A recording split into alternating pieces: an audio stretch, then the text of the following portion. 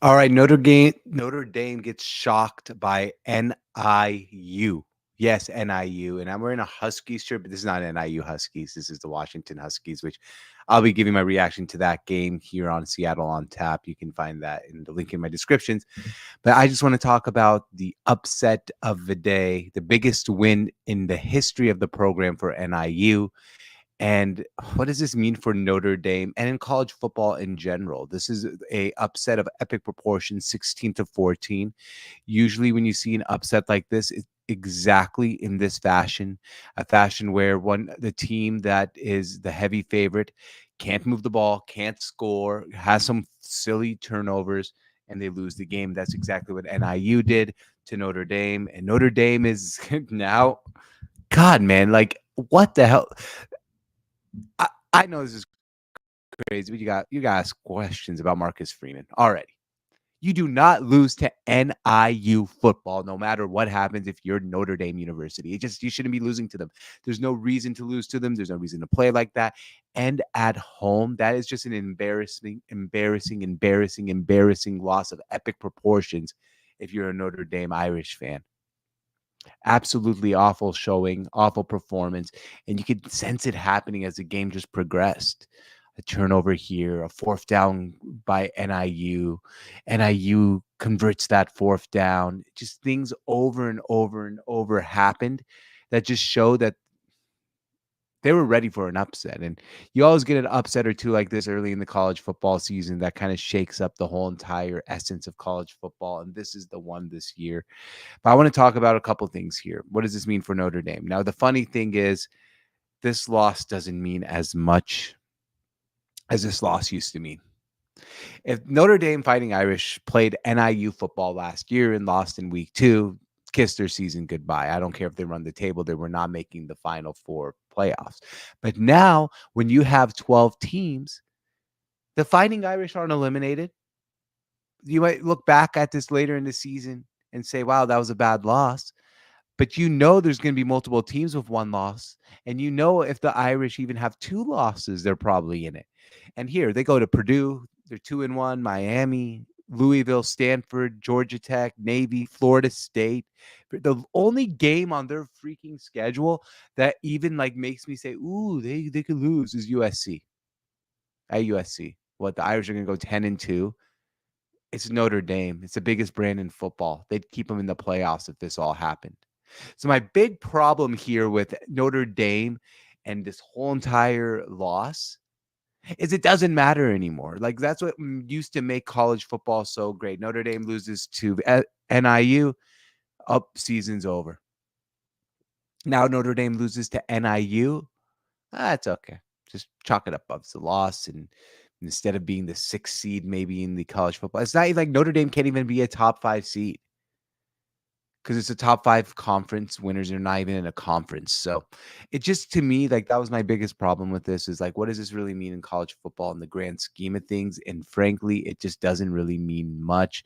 But as always, I'd like to see what people on the World Wide Web are saying. We saw NIU's coach. If you watch the game, after the game, he was crying, and which was great.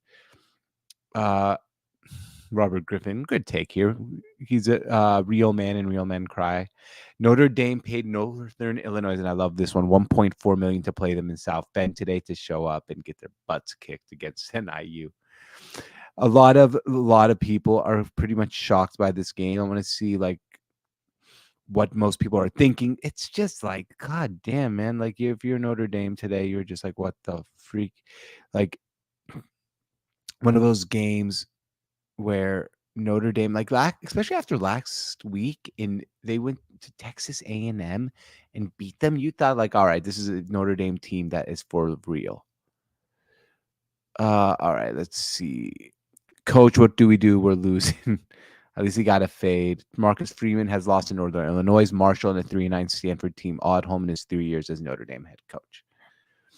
If Riley Leonard, who played like crap, starts next week, Marcus Freeman needs to be fired. This is unacceptable. 2 years in a row, 2 transfers, both dogshit QBs.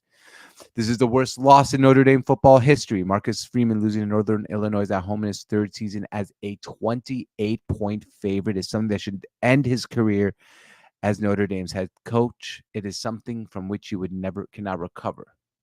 Okay, cool. I love all the takes, right? Like I always love all these hot takes and everyone getting upset and getting worked up.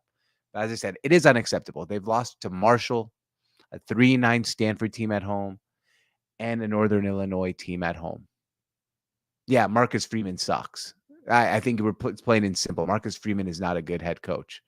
He was given the Notre Dame job for no reason, basically, just like kind of like Jimmy Lake at the University of Washington.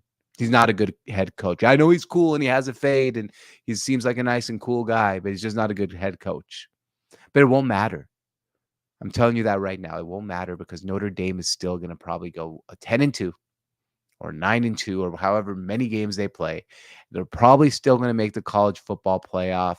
And we're going to talk about another crazy loss, maybe a year or two down the line from Marcus Freeman. So just in general, I totally get the anger, the upset nature.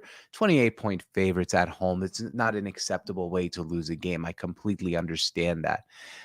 But in general, you got to understand here that this is a new world of college football. And that new world of college football, I really believe that this is one of those things where he is not going to lose his job. I know he sounds like it in Riley Leonard, but Notre Dame, all right, you want to fix Notre Dame here. This is what you got to do. You got to go join a conference, the Big Ten, that's going to attract a little bit more players. You need to kind of take your academic nose down a little bit.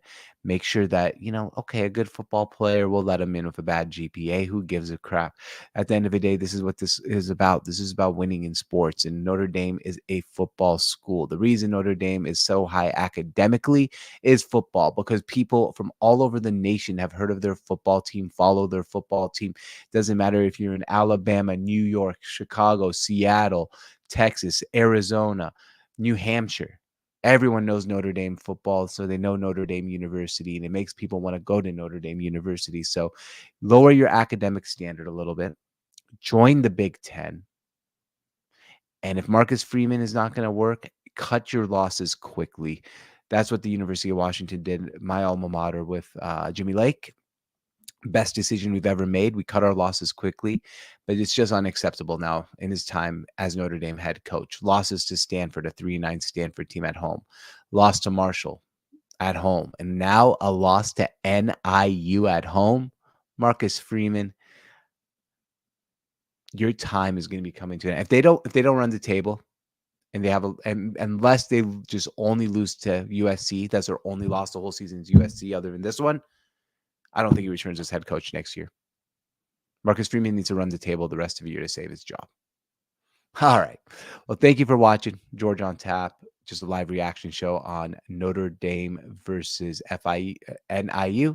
Thank you for watching. I'll see you guys next time.